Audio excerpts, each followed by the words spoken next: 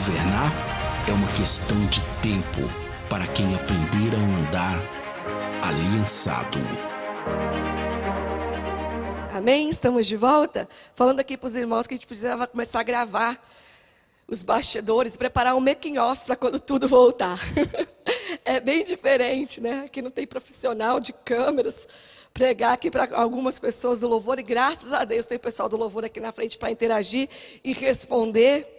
Mas tem sido uma experiência diferente ministrar aqui com pouquíssimas pessoas e saber que as pessoas estão recebendo em casa.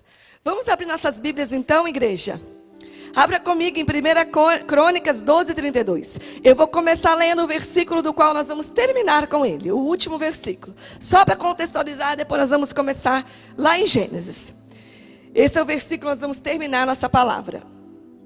Diz assim, 1 Crônicas 12, 32. Eu falei certo dessa vez. Da tribo de Issacar, 200 chefes estrategistas que sabiam como Israel deveria agir em qualquer circunstância, comandavam todos os seus parentes. Nesse versículo nós vamos terminar essa palavra. O Senhor, a sexta-feira retrasada, na hora da intercessão, eu tenho conseguido acompanhar quase todos os cultos e a intercessão, fiz questão de não perder nenhuma até agora. Porque eu creio que é um culto, eu entendo que é um culto que a gente serve juntos, independente de onde nós estamos, mas nós nos unimos para interceder pela nossa nação, interceder pela nossa cidade. Eu creio que é um culto importantíssimo de nós estarmos juntos, porque é onde a gente serve, não onde a gente só recebe. E na sexta-feira retrasada, eu não estava conseguindo ver direito, por questões domésticas com as crianças e tudo, e aí eu ia desligar, hoje não dá, depois eu vejo. E aí o Espírito Santo falou assim, não desligue, tem uma palavra para você. E aí estava no momento da adoração, a pastora Cristiane Andrade, não sei se está me vendo, Cris. Você vai ouvir a palavra que hoje vai nascer, ver que nasceu através da sua vida, da sua boca. Ela ministrou a palavra sobre Issacar, um versículo que depois nós vamos ler também. E dali o Senhor me deu um estalo e falou, vai estudar sobre Issacar. Eu entendi porque que o Espírito Santo me pediu para que prestasse atenção. É uma palavra muito rica que a pastora Cris leu, que depois nós vamos ler também, um versículo. E aí eu fui estudar um pouco de Issacar e o Espírito Santo então começou a falar comigo. Issacar, nós sabemos, sempre falamos, né? A tribo de Issacar. Uma das 12 tribos de Israel, oriunda dos 12 filhos de Jacó de Israel. E essa tribo, cada tribo tinha algo que ela portava, né? O seu nome tinha um significado, a sua movimentação, enfim, o seu papel em Israel. E a tribo de Issacar, nós sempre falamos o quê? Os conhecedores do tempo, né? Aqueles que sabiam discernir os tempos. Diz aqui em 1 Crônicas 12, 32, que eles sabiam como Israel, eles eram chefes, eles eram estrategistas, que sabiam como Israel deveria agir em qualquer circunstância. E eles comandavam todos os parentes. É tremendo isso, porque aqui, nesse capítulo, nós estamos a partir do versículo 23, a Bíblia está falando dos guerreiros de Davi que foram para Hebrom. Hebrom foi o lugar onde aconteceu a batalha que transicionou o reinado de Saul para Davi. Foi uma guerra, eu estava estudando, bem complexa, porque as tribos estavam perdidas, confusas, conflituosas dentro de si mesmo e entre elas, porque eles tinham visto o profeta Samuel, da parte do Senhor, ungir Saul rei, e de repente não é mais Saul, agora Deus está falando que é Davi. Essa transição não foi simples. Eu consigo me colocar no lugar deles, eles entenderem, né, que Deus não tinha o Espírito Santo para testificar, que não era mais o tempo de Saul, e agora Deus estava levantando Davi. E eles participaram dessa guerra, meio tumultuados, meio confusos e conflituosos, mas eles contribuíram, foram vencedores nessa guerra, e aqui transicionou o reinado de Saul para Davi. E nós dissemos sempre, nós sabemos que Issacar é a tribo que sabe discernir os tempos, porque Issacar foi a tribo que discerniu a transição desse reino. E nós sabemos que nós estamos exatamente num tempo de transição de reino, transição de governo. Não sou eu que estou falando, o Espírito Santo está falando com a sua igreja, né? Na face da terra nós temos ouvido, não tenho conseguido acompanhar muitas coisas, mas eu sei que isso tem sido dito, que isso tem sido falado, é nítido, né? Basta ter um pouco de discernimento, para a gente poder perceber, né, que tem um cenário preparado, como eu dizia quinta-feira. Deus não sonhou com o vírus, não sonhou com a situação, mas Deus se move, Deus também não foi pego de surpresa. Deus se move nas situações. E tem um cenário preparado para que haja uma transição de governo. Aquilo que é abalável está sendo abalado. E aquilo que é inabalável está se tornando maior e mais forte. A igreja de Cristo. E esse povo então conseguiu discernir esse tempo e traçou as estratégias e comandou todas as tribos de Israel para que Davi poder vencer aquela guerra e que Davi se tornasse o rei de Israel. E o Senhor está nos chamando a aprender com essa tribo, aprender com a pessoa, com o que estava sobre a parte de Deus, que é um pouco do que Deus está fazendo com essa igreja nesse tempo. E há uma palavra sobre nós através dessa tribo de Issacar. Vai comigo em Gênesis. Nós vamos ler a respeito do nascimento de Issacar. Gênesis 30.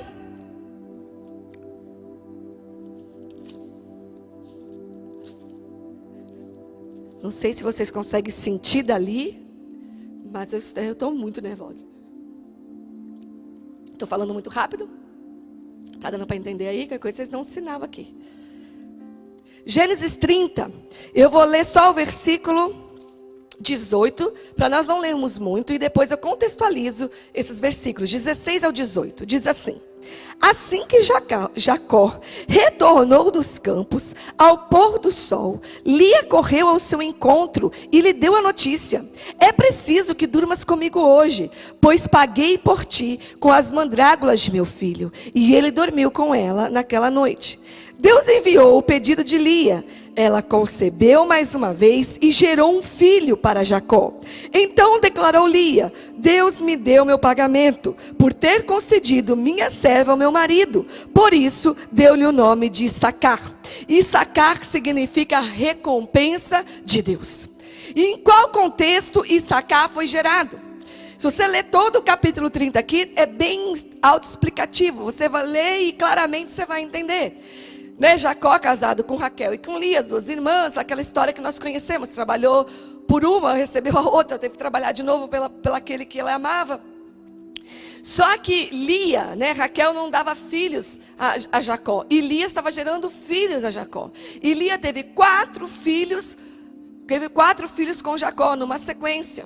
E a palavra diz que a madre dela foi fechada. Depois do 4º filho, ela se deitava com Jacó, mas não tinha mais filhos. E aí Raquel falou assim, Raquel não podia dar filhos e morria de inveja de Lia. Eu já sei o que eu vou fazer. Pegou a sua serva, a sua escrava, e deu a ela para dormir com Jacó, e começou a gerar filhos para Jacó a partir de sua serva. Para a gente isso pode parecer uma estratégia esquisita, mas era comum para a cultura da época, né? Era uma estratégia legal. Então a serva de Raquel dormia com Jacó, ela engravidava, e aquele filho era filho que Raquel estava dando a Jacó. A serva só servia como realmente ali um útero que gerava. E isso entristecia muito Lia. Lia começou a ser humilhada, porque aí a irmã dela dava, né, a outra esposa de Jacó dava filhos a ela e ela não. E ela começou a clamar a Deus: Deus, eu quero novamente dar filhos ao meu marido. E aí ela também, nesse tempo de esterilidade, nesse tempo de infertilidade, nesse tempo de sequidão do seu útero, ela pegou a sua serva e deu ao seu marido, para que dormisse também e também gerasse filhos. E aí a serva de Lia começou a engravidar de Jacó. E a serva de Lia então deu filhos a Jacó. Então Lia voltou a dar filhos a Jacó através da sua serva. Só que um dia, um dos filhos de Lia voltou do campo com mandrágoras, né? A apóstola Leila já pregou sobre isso para as mulheres, eu creio, não sei se para a igreja inteira, acho que para as mulheres. E algo de muito valor na época. E ela pegou as mandrágoras de seu filho e negociou com Raquel o direito de dormir com o marido, com Jacó. E Raquel aceitou. E aí ela teve o direito de se dormir mais uma noite com o seu marido. E é tremendo aqui porque Lia representa uma igreja. Que igreja? Uma igreja que troca as recompensas deste mundo, a igreja que troca aquilo que tem valor neste mundo pelo direito à intimidade. Ela desejava intimidade com o seu marido, com o seu senhor, com o seu esposo, mais do que qualquer outra coisa. E ela trocou algo valoroso, ela trocou algo de valor humano pelo direito direito de se deitar com o seu esposo. E o que ela clamava no seu coração era que ela queria de novo, dela mesma, gerar filhos para ele. Então ela trocou algo valoroso, ela trocou uma moeda, ela trocou algo, né, se fosse hoje um dinheiro, um recurso, uma recompensa humana, pelo direito da tentativa de gerar filhos para o seu Senhor. É uma igreja que renuncia qualquer coisa, é uma igreja que não negocia, é uma igreja que abre mão do que o mundo, abre mão do que qualquer oportunidade pode lhe dar, mas uma igreja que entende que o mais valoroso, o mais importante é gerar para o seu Senhor. É uma igreja genuína em Cristo, uma igreja, né, uma igreja que tem a verdade estabelecida e troca qualquer coisa. Nada tem valor a não ser gerar filhos, gerar frutos para o seu Senhor. Essa é Lia. E aí Lia, quando ela se deita com Jacó novamente, ela gera um filho. Depois de muito tempo estéril, depois de muito tempo infértil, dando filhos a Jacó através da serva, ela novamente tem a sua madre aberta. E ela gera o 5º filho dela mesma a Jacó. E a esse filho ela dá o nome de Issacar, que significava a recompensa de Deus. E ela diz no versículo 18: Deus me deu meu pagamento, ou minha recompensa, por ter concedido minha serva ao meu marido. E por isso ela deu o nome de Issacar, o que é a minha recompensa. A recompensa de Deus para mim, por eu ter dado a minha serva ao meu marido. Ou seja, Lia não deixou de gerar, mesmo num tempo de infertilidade. Lia não deixou de gerar, mesmo num tempo de esterilidade, num tempo de deserto, num tempo de sequidão. Ela seguiu de uma maneira legal, gerando filhos ao seu marido. E por isso o Senhor a recompensou com Issacar, um homem que deu origem a uma tribo que tinha sobre si um chamado de reconhecimento de tempos, discernimento. Nós falamos de inteligência profética, movimentações de guerra, preciso em comandar, de ser a inteligência espiritual do povo de Israel. Essa foi a recompensa dessa igreja, Lia, por ter gerado em meio à sequidão. E o Senhor me falava a respeito, né, a recompensa de Deus pela postura dessa igreja, de Lia, que representa essa igreja, de no período de infertilidade, de gerar no período de infertilidade. A postura que ela teve nesse período. E o Espírito Santo nos pergunta: que postura nós temos tido? Qual tem sido a nossa maneira de agir num tempo de esterilidade, num tempo de sequidão? Será que porque eu não posso ir ao meu trabalho, ou não tenho uma agenda de compromissos na igreja, eu me torno infértil? Será que porque eu não tenho nada programado, eu não tenho uma programação, eu não tenho nada, eu não tenho uma escala, eu não tenho uma reunião, eu não tenho um dia e uma hora, um compromisso agendado, eu me tornei um infértil e um estéril? Será que da minha casa, na posição onde o Senhor me colocou, eu não posso gerar um fruto para o meu Senhor? Uma igreja que em meio a tempos difíceis, uma igreja que num tempo de infertilidade, de esterilidade, segue frutificando. E o Espírito Santo me dizia: quem frutifica no deserto, gera filhos estrategistas. E o Senhor me trazia muito a pessoa do apóstolo Eli, obviamente, que independente, há 12 anos neste lugar como sonho de Deus, independente de circunstâncias, favoráveis e desfavoráveis, no tempo de festa ou no tempo de luta, né? Em dias melhores e em dias mais difíceis, digamos assim, que se eu perguntar para ele dos dias maus, ele vai falar que não teve. Nos dias de mais lutas e nos dias mais tranquilos, 12 anos frutificando. Eu e você, meu amado, fomos gerados em tempos difíceis muitas vezes. Nós somos gerados em tempo, eu fui gerada num tempo, eu fui gerada no deserto, nos desertos da minha vida. Eu fui gerada nas dificuldades da minha vida. Mas quem gera filhos, quem frutifica no deserto, gera filhos estrategistas. Nós somos esses estrategistas, a inteligência espiritual da terra.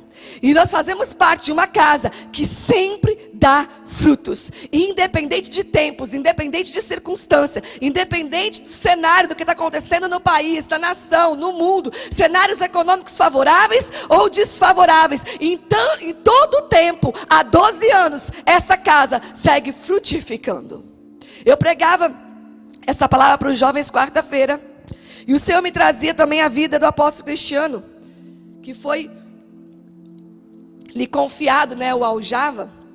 O Senhor, né, através do apóstolo Hélio, entregou para ele uma grande responsabilidade, que é cuidar de outros ministros, né? Não de outras igrejas, mas de outros ministros, homens e mulheres de Deus que caminham ali sozinhos, né, à frente de ministérios e sempre na luta, enfim, que começaram a buscar alimento nessa casa, e o apóstolo Hélio designou isso ao apóstolo Cristiano, num período de maior luta da vida dele.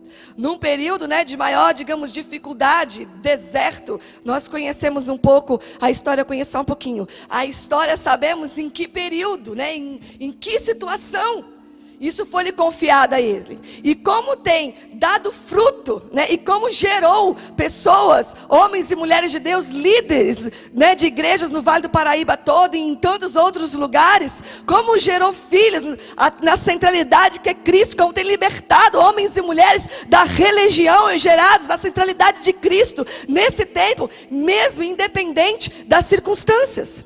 E o Espírito Santo me falava, e eu vou liberar aqui uma palavra de forma profética. Eu sei que não estão ouvindo, mas é no Espírito. Desses homens e mulheres têm se alimentado dessa casa, através da vida do apóstolo Hélio e do apóstolo Cristiano e da apóstola Leila. Esses líderes são homens e estrategistas de guerra. O Senhor os transformou em homens e mulheres que fazem parte da inteligência espiritual, inteligência profética dessa nação.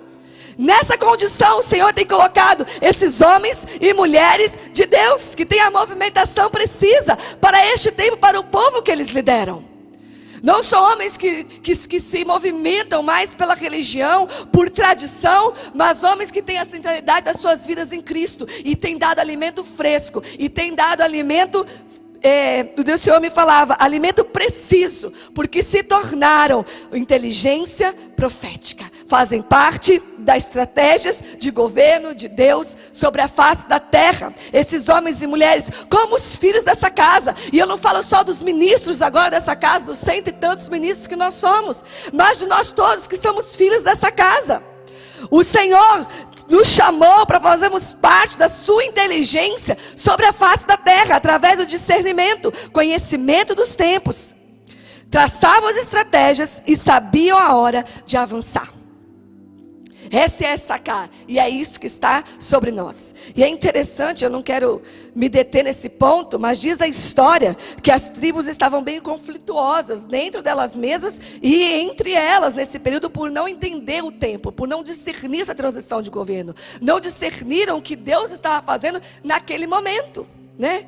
E nós temos visto hoje, infelizmente, algum cenário parecido, mudou pouca coisa, né? Infelizmente, nós temos visto aí algumas coisas tristes da igreja de Cristo se batendo, se criticando, homens e mulheres que Deus chamou para ser voz sobre essa nação. Mas tem sempre um remanescente, tem sempre uma igreja que tem cabeça como Cristo, fundamento como Cristo, centralidade em Cristo, do qual nós também fazemos parte. Não somos únicos, mas fazemos parte de uma igreja assim, que tem discernimento profético, precisão profética, para se movimentar nesse tempo.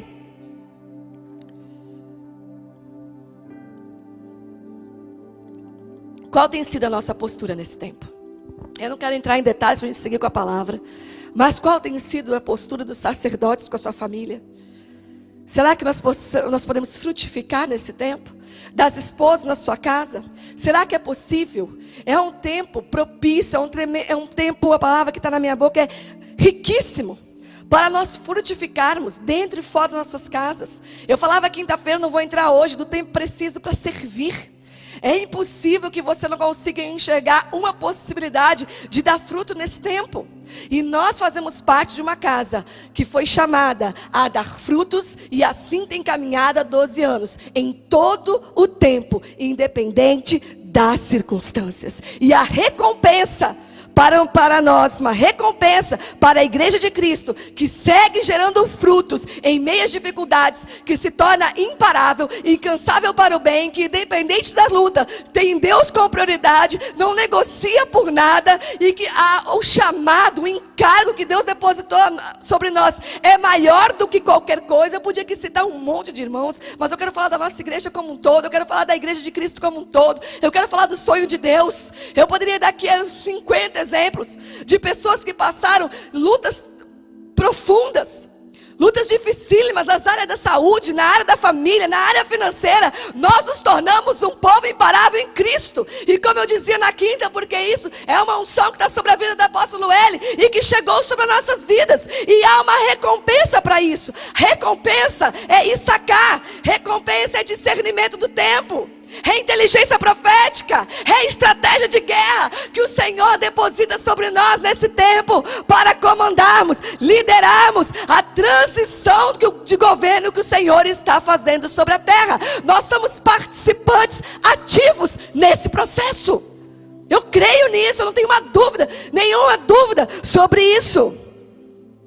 Deus já nos havia dado a palavra de década de governo. Nos havia, né? Porque eu me incluo, mas é o apóstolo L. Como casa, eu digo, nos havia, mas deu o apóstolo L há muito tempo atrás, há anos atrás, que 2020 iniciaria uma década de governo. O Senhor não foi pego de surpresa. Tem um cenário preparado para essa transição. Se você olhar para a palavra, você vai ver que José se tornou governador do Egito no maior tempo de escassez. Neemias, que eu preguei na quinta, se tornou governador de Jerusalém, quando a cidade estava destruída, os muros arraisgados, e o povo estava escravo naquele tempo. É nesse tempo que Deus levanta homens e mulheres segundo o coração de Deus. É nesse tempo que o Senhor transiciona o governo para que ele tenha sabedoria, como foi com Daniel.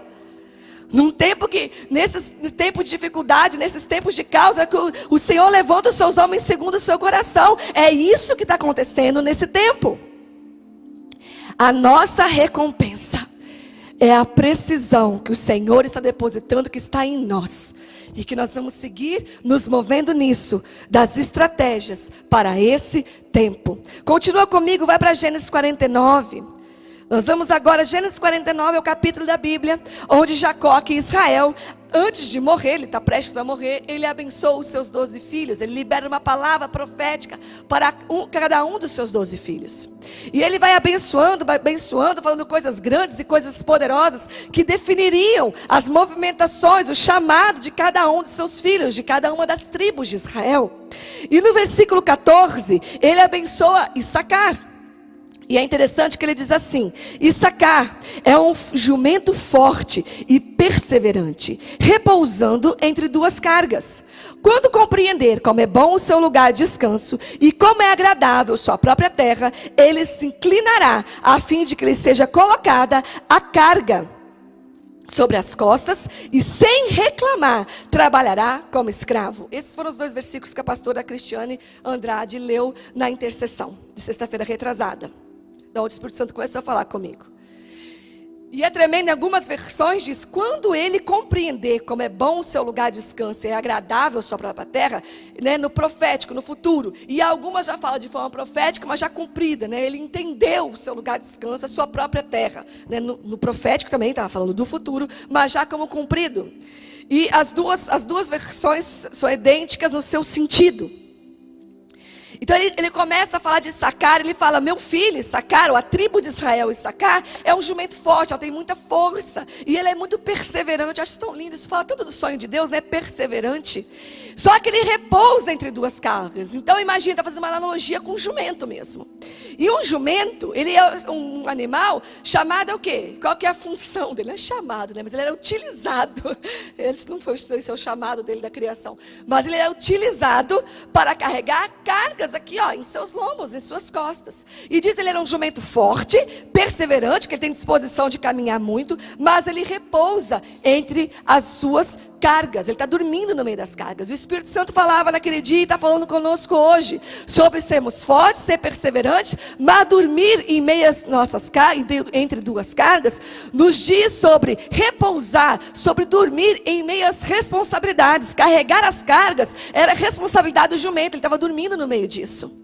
E não é tempo. Quem tem discernimento do tempo tem condições, eu imparto isso sobre a sua vida, de entender que não é tempo porque nós estamos em casa, mas parados, digamos assim, de responsabilidades, de afazeres, de compromisso. Não é tempo de nós estarmos dormindo, repousando no meio das nossas responsabilidades.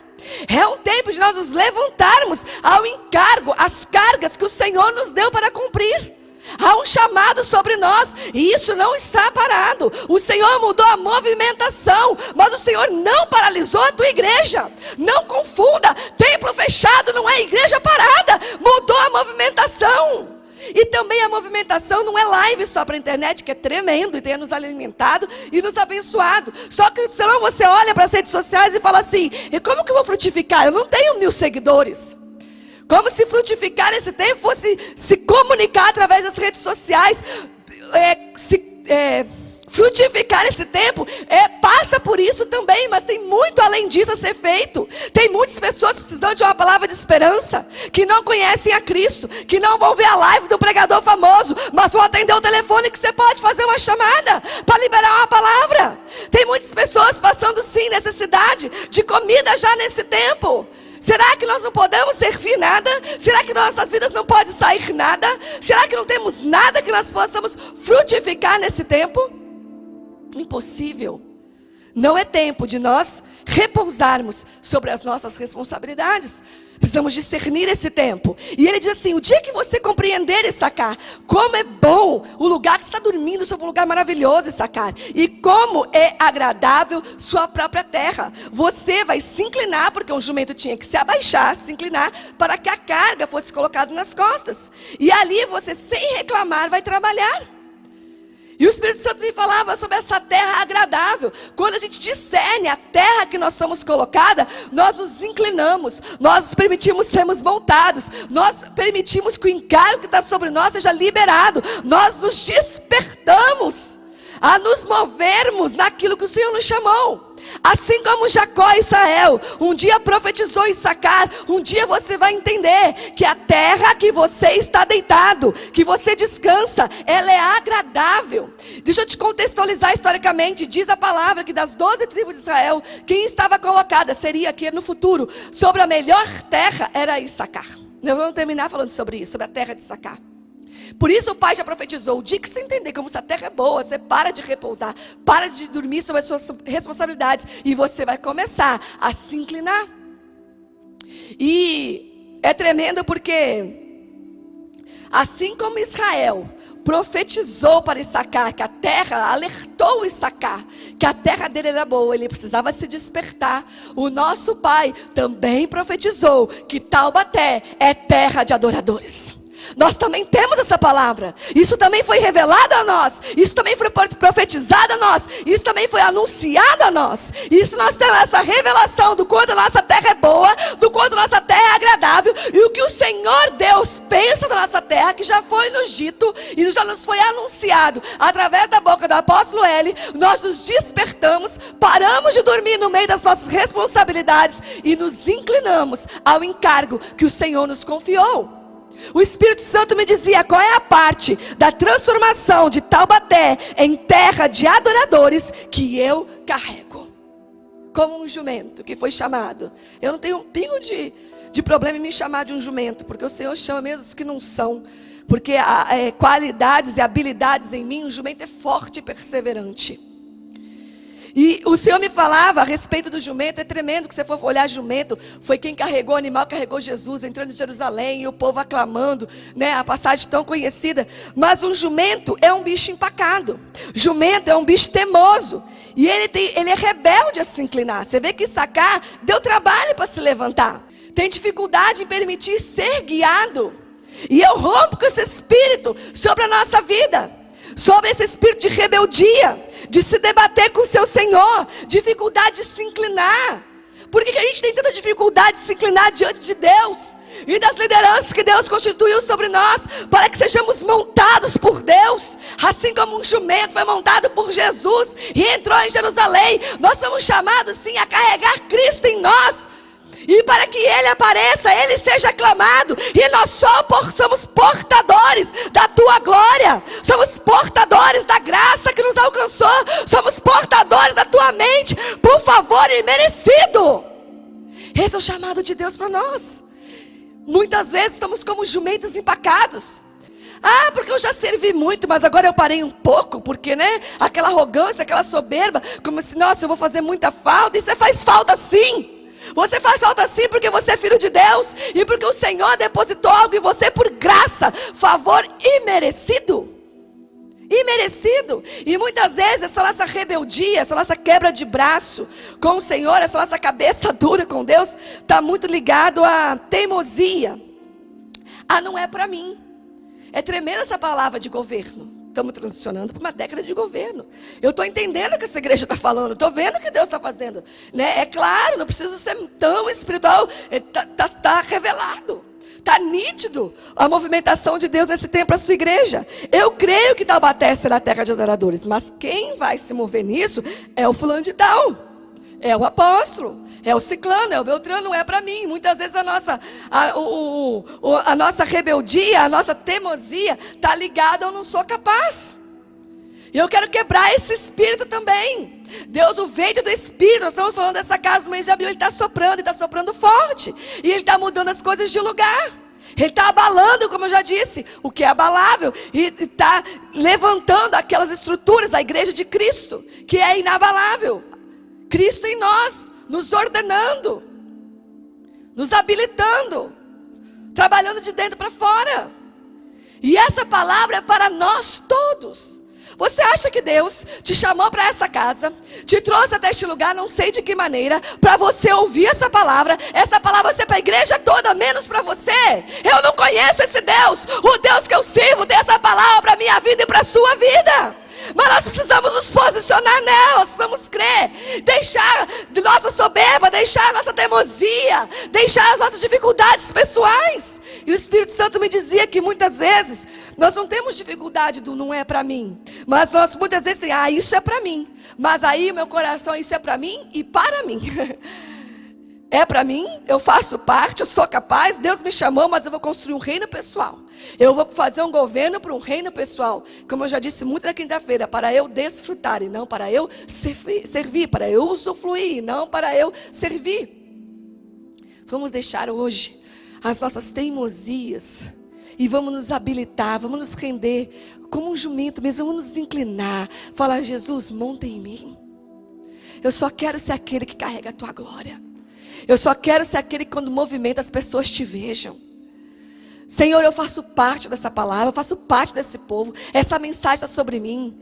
Essa década de governo não é uma palavra específica, exclusiva para o sonho de Deus. Deus usou um apóstolo, um profeta para essa geração, chamado apóstolo L, para liberar essa palavra. Mas a palavra é para a igreja de Cristo, sobre a face da terra.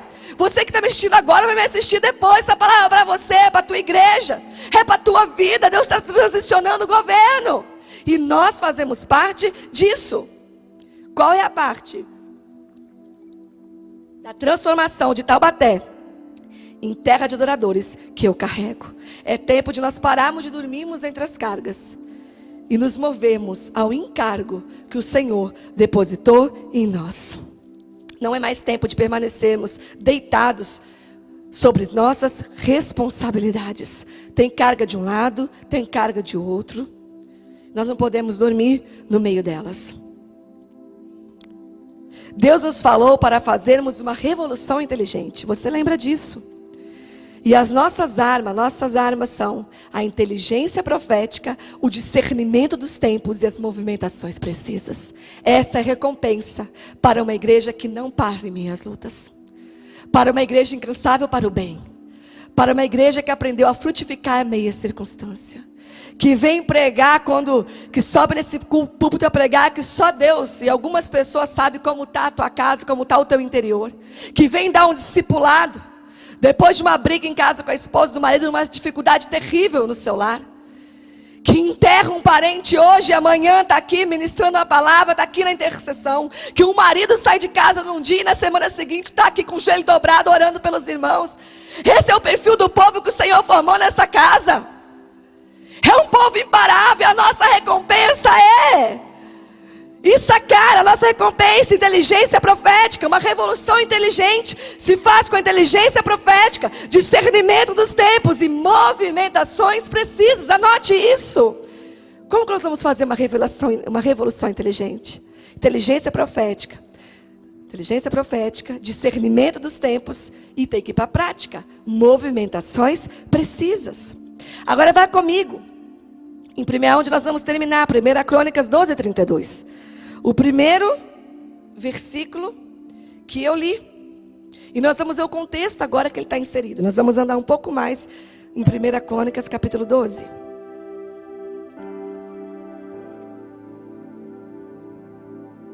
Vocês podem ouvir? Acho que não, né? O Roberto da sua casa.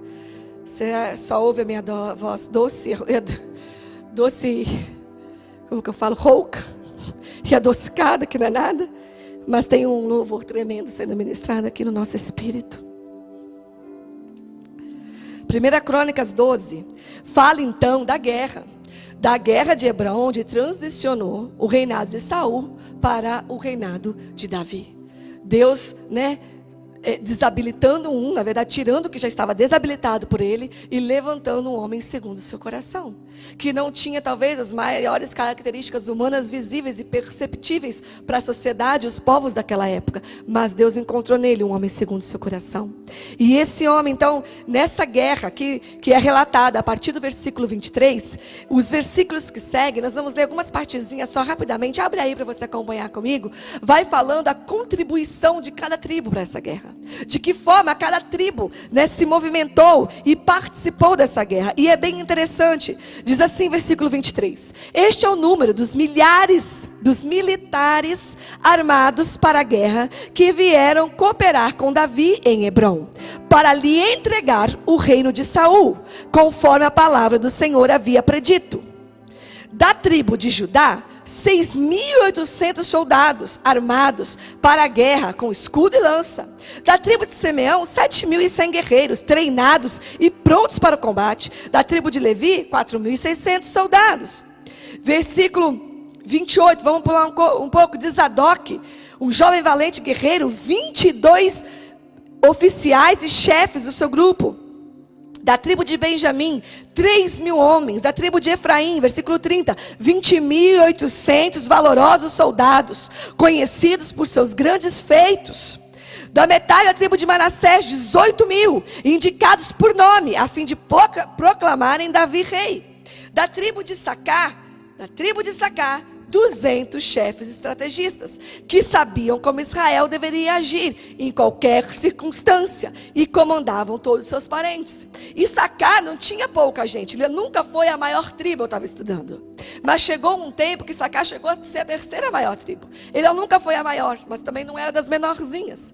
Mas enviou para aquela guerra 200. É interessante que a gente vai lendo aqui 6.800 soldados, 20.000 soldados, e vai lendo uma quantidade de militares, enorme e fortes e capacitados, e que tinham lança, que tinham escudos, e de repente quando a gente lê sobre Issacar enviou 200 homens. Só que esses 200 homens eram 200 estrategistas. Fale do seu lugar, não são os maiores, são os que têm inteligência profética. Cada um tem o seu papel. Nós não estamos aqui desprezando as outras tribos. Cada um tinha uma função. Tinha soldados, tinha pessoas para ir para a batalha, tinha pessoas para guerrear. Mas tinha uma tribo que conhecia os tempos. Uma tribo que discerniu a transição de reino, de governo. E essa tribo estrategista sabia como Israel deveria agir em qualquer circunstância. Se você lê a história, você vê outras guerras. Lá no livro de Juízes, quando Débora vence aquela batalha que a gente tanto prega para as mulheres, que Jael mata Císera dentro da sua casa, aquela guerra que Israel venceu, Débora e faz um cântico, conhecido cântico de Débora. E naquele cântico ela exalta, fala assim: Issacar esteve ao lado de Débora, Issacar esteve do lado do Baraque.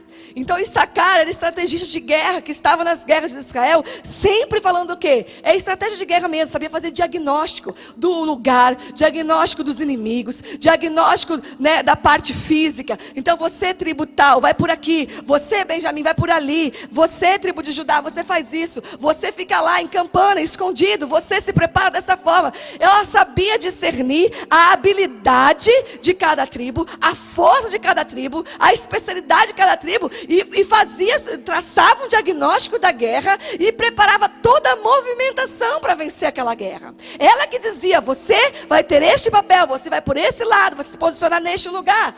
É uma igreja que representa o quê? Uma inteligência profética, precisão na movimentação, e comandavam todos os demais. E é lindo porque diz assim: Israel, sabiam como Israel deveria agir em qualquer circunstância. Em qualquer circunstância. Israel, todas as tribos, consultava Issacar como deveria agir. E isso é uma chave nesse tempo. Tem um dado, né, da psicologia que diz, se chama, não sei o que, 10/90. As psicólogas devem estar aí tremendo, né? O que quer dizer falar de psicologia, né? Com toda a permissão aí, Marluz, Fabiana Bevilacqua, a senhora Takayama, Lívia e todos os demais. Mas diz, esse 10/90, diz um estudo que se chama 10/90, que 10% da nossa vida está relacionado ao que se passa conosco. E 90% da nossa vida está relacionada com a maneira que nós reagimos. Então, em resumo, para ser rápido e objetivo, o que está se passando hoje, está se passando igual para todo mundo. A circunstância é a mesma, né? Essa situação não escolhe pessoas. Não adianta você ter dinheiro, não ter lugar no hospital, que está acontecendo nos países pelo mundo, não vai acontecer na nossa nação, em nome de Jesus. Não adianta você ter o melhor plano de saúde, mas não ter mais um leito para você numa UTI. Isso nem vai acontecer na nossa nação em nome de Jesus, mas é o que a gente vê em países riquíssimos, Europa, Estados Unidos, acontecendo, em países pobres. É uma situação que nós todos estamos sujeitos da mesma maneira. A diferença está em como nós respondemos a essa situação. A Zelinda que vai sair dessa situação, 10% está relacionado à situação externa. Porque é a situação onde eu tive que parar, eu não posso mais fazer os meus afazeres externos da minha casa, os meus filhos não vão mais para a escola. Isso são coisas que fogem do meu controle. E isso representa 10% de quem eu serei depois. 90% de quem eu serei depois que eu sair dessa situação, que tudo isso passar, está relacionado como eu respondi a essa situação. Como nós temos respondido a essa situação. Há um tempo atrás, ano passado, eu preguei sobre um versículo que está em Eclesiastes. Eu não leio mais a referência, não anotei, mas diz que há uma maneira correta. Diz assim, uma maneira correta e um tempo determinado para responder a cada situação da vida. É exatamente o que nós estamos vendo nesse tempo. Tem uma maneira para se responder. A maneira, e eu preguei naquele dia, eu repito hoje em parte sobre você. Nós não temos outra maneira de responder qualquer situação da vida. E nessa situação específica que nós estamos vivendo, que não seja pautada em fé, esperança e amor. Nós somos prisioneiros disso. Nós somos prisioneiros disso. Não tem outro lugar. Não tem uma palavra para expressar que não seja fé, esperança e amor. Isso nos aprisionou. Isso nos acorrentou. Isso nos sequestrou. Nós podemos passar qualquer circunstância. Nós respondemos com fé, esperança e amor. Analise a sua vida hoje. Vê, ainda dá tempo de mudar. Como você tem respondido à circunstância até hoje. E clame ao Espírito Santo de Deus. Senhor, eu quero responder com fé. Eu quero responder com esperança, com amor, com sabedoria. No meu lar e nas circunstâncias que eu estou sendo exposto nesse tempo. Nós somos prisioneiros da esperança, proclamadores da esperança. E isso nos aprisionou. Nós estamos presos nisso. Tem famílias vivendo um caos nesse tempo. E tem famílias desfrutando tremendamente desse tempo. Eu falava na quinta, tem até um perigo, né? Claro que nós estamos com o coração cheio de vontade de voltar a servir pessoalmente as pessoas. Mas se eu for olhar dentro da minha casa, o que nós estamos vivendo, é tão deleitoso, é tão delicioso a edificação aí dos filhos, o que nós temos, que está sendo produzido dentro do meu lar, que é até um perigo. Eu falo assim, Senhor, a gente quer que acabe, porque muitas pessoas estão sofrendo com isso. Mas tem sido um tempo tão precioso dentro de casa, como nós temos respondido a isso. Nós podemos, não permita ser roubado nesse tempo. Você pode desfrutar desse tempo. Amém. Tem gente que responde amém, que é tão bom. Eu não ouvi o seu amém, mas eu ouvi o deles aqui que te representam. Issacar, nós dizemos que Issacar sabia, se diz que Issacar sabia discernir os tempos, porque entenderam a transição de governo.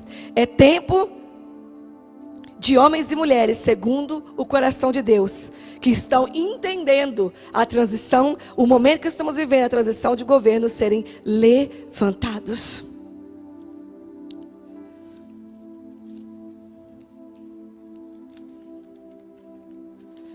Fala aí no seu coração. Eu sou um homem segundo o coração de Deus.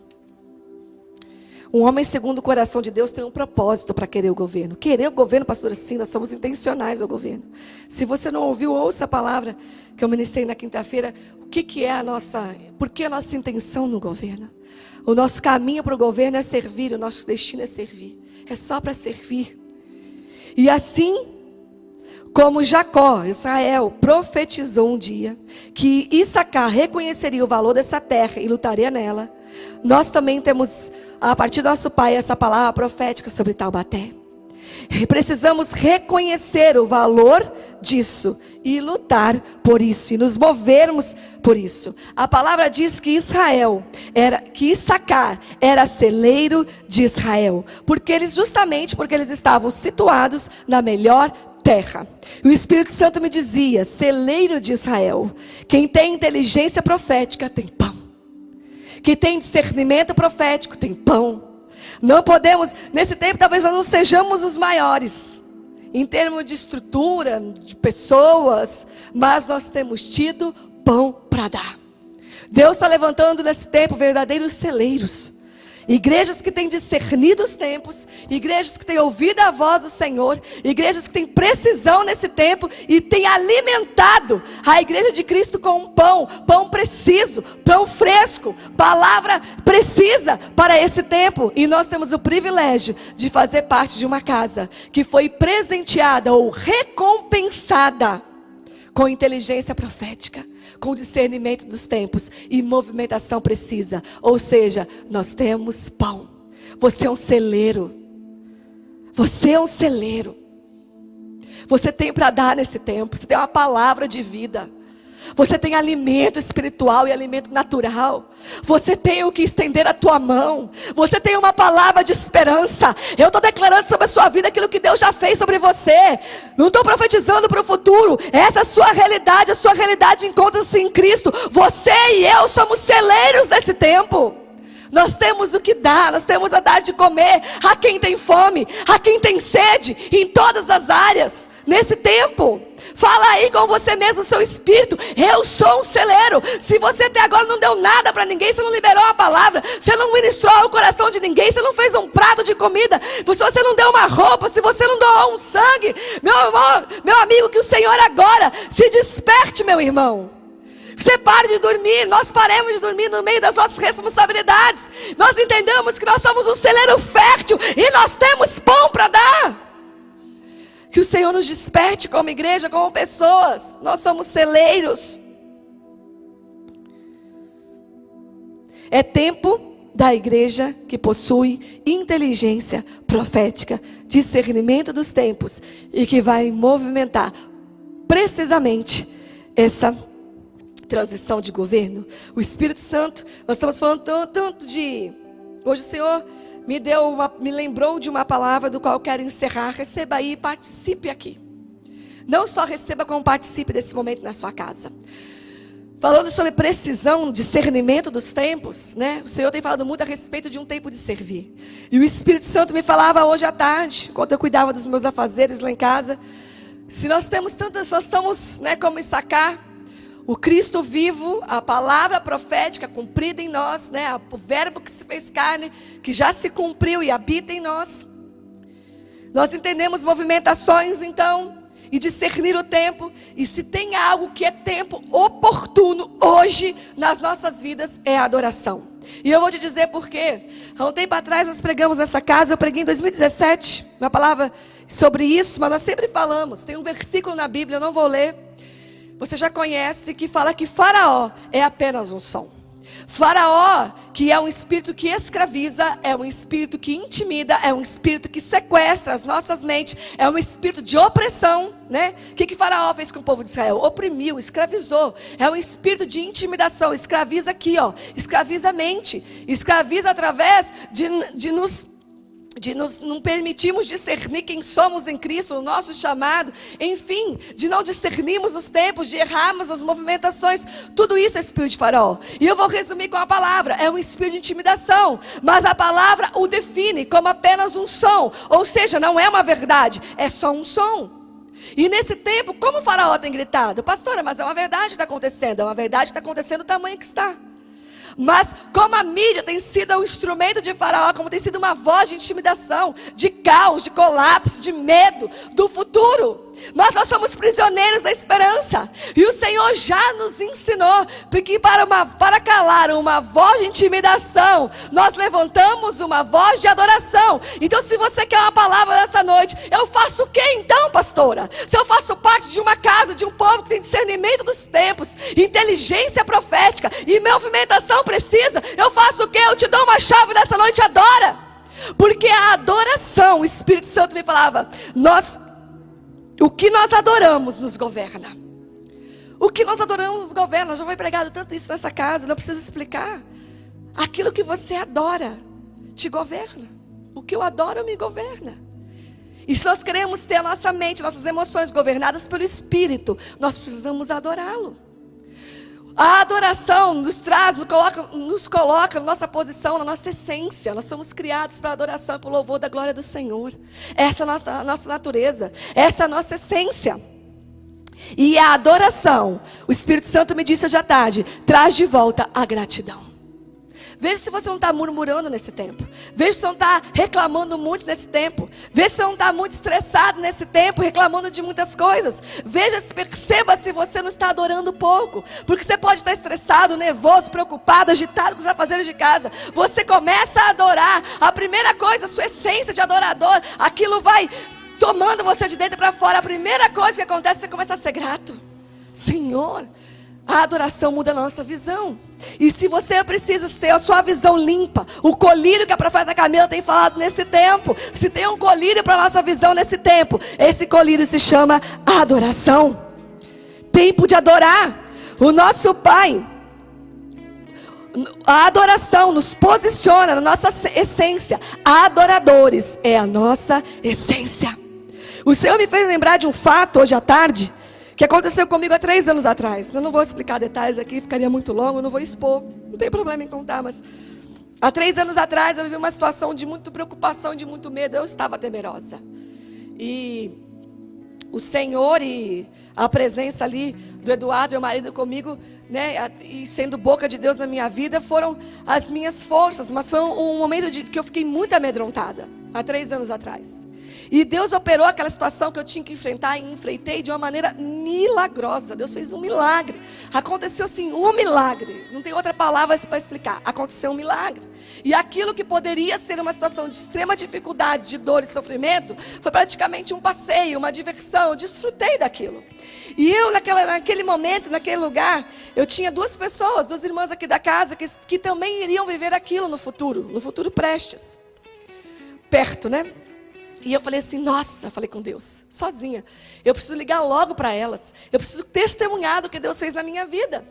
Porque elas precisam ser fortalecidas. O meu testemunho, eu vou contar tudo o que o Senhor fez, vai encher elas de fé. Elas não vão vir preocupadas e com medo como eu, porque o que o Senhor fez na minha vida, né? E eu ansiosa para ligar para elas, o Espírito Santo me falou assim, não ligue. Eu falei assim, não ligue. Ele não liga. Eu falei, por que, Espírito Santo? Ele falou assim para mim, porque se eu fizer com elas o que eu fiz para você, elas não vão reconhecer. E elas não vão ficar gratas, porque elas ainda vão ver alguma dificuldade que pode ter tido, alguma coisa ali no ambiente, alguma coisa que não foi tão redonda. Elas não têm o mesmo olhar. Não adianta você contar para elas o que eu fiz para você, porque se eu repetir a mesma coisa para elas, elas não terão um coração grato a mim, porque elas não vão ter o mesmo olhar sobre a situação que você teve. Eu falei, Deus, mas peraí, não é assim. Eu vou ligar, porque elas vão me ouvir. Deus falou, não ligue. Não ligue. E eu que estou te contando, o Espírito Santo me fez lembrar dessa história hoje. Eu nunca contei isso. Para te despertar. Nós estamos todos na mesma situação, mas alguns estão escolhendo responder a situação com adoração. E vão sair maior e mais forte. Para irmos mais rápido e mais longe.